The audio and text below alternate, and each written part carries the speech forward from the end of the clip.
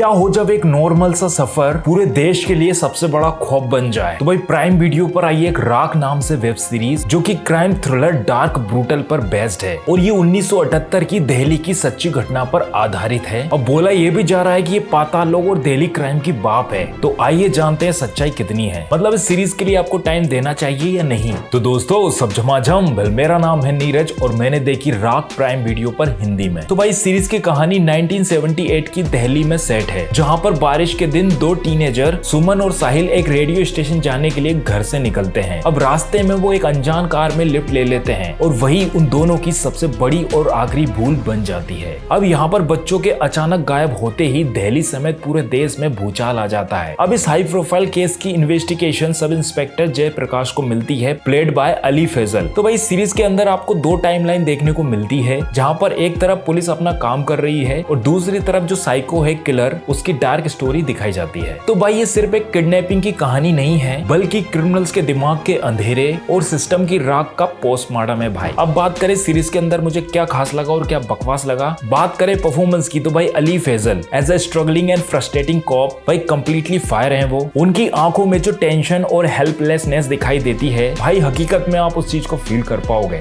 Even Sonali Bendre ने भी कसर नहीं छोड़ी, इनका काम भी भाई हैट्स ऑफ। इवन जो बच्चे हैं स्टार्टिंग के एपिसोड से उनकी स्टोरी दिखाई जाती है, उनका काम भी बेहतरीन है भाई। और तो और सपोर्टिंग कास्ट ने भी अच्छा काम किया है। अब बात करें डायरेक्शन की, तो इस सीरीज को डायरेक्ट किया है रॉय ने, जिन्होंने पाताल लोक को भी डायरेक्ट किया था। तो भाई सीरीज के अंदर हमें एकदम डार्क टोन दिखाया जाता है, जो क्राइम थ्रिलर वाली सीरीज हो या मूवी एकदम सटीक बैठता है। इवन सीरीज का विजुअल्स एंड सिनेमेटोग्राफी में भी कोई कसर नहीं छोड़ी। 70s का जो टच है सीरीज के अंदर वो दिखाई देता है। जो चीजें हैं, जो पहनावा है, इवन जो गाड़ियां हैं और तो और रहन सहन, उस टाइम कौन कौन सी चीजें आ गई थी, क्या क्या यूज होता था, सब कुछ डिटेलिंग में दर्शाया गया है। वही टोटली ये सीरीज आपको जमीन से जुड़ी हुई नजर आएगी। इवन इस सीरीज के बैकग्राउंड स्कोर्स ने भी कोई कसर नहीं छोड़ी। जो सन्नाटा, टेंशन, साइलेंस के साथ जो बिल्डअप किया है भाई, मजा ही आ जाता है। अब बात करें बकवास की, तो बीच के दो एपिसोड्स ऐसे हैं जिनके अंदर पेसिंग का इशू है। भाई जानबूझकर स्टोरी को खींचा गया है, यहाँ पर ऐसा फील होता है। तो भाई इंटरेस्टिंग फैक्ट ये है कि इस सीरीज की जो स्टोरी है वो रंगा बिल्ला केस से इंस्पायर्ड है, जो कि 1978 में हुआ था, 1978 में। अब कुछ लोगों को 78 नहीं पता होता, इसलिए बोलना पड़ता है 78। और दूसरा फैक्ट ये भी है कि 70 वाला दशक दिखाने के लिए रियल लोकेशन पर जाकर शूट किया है, उस टाइप का बनाया गया है,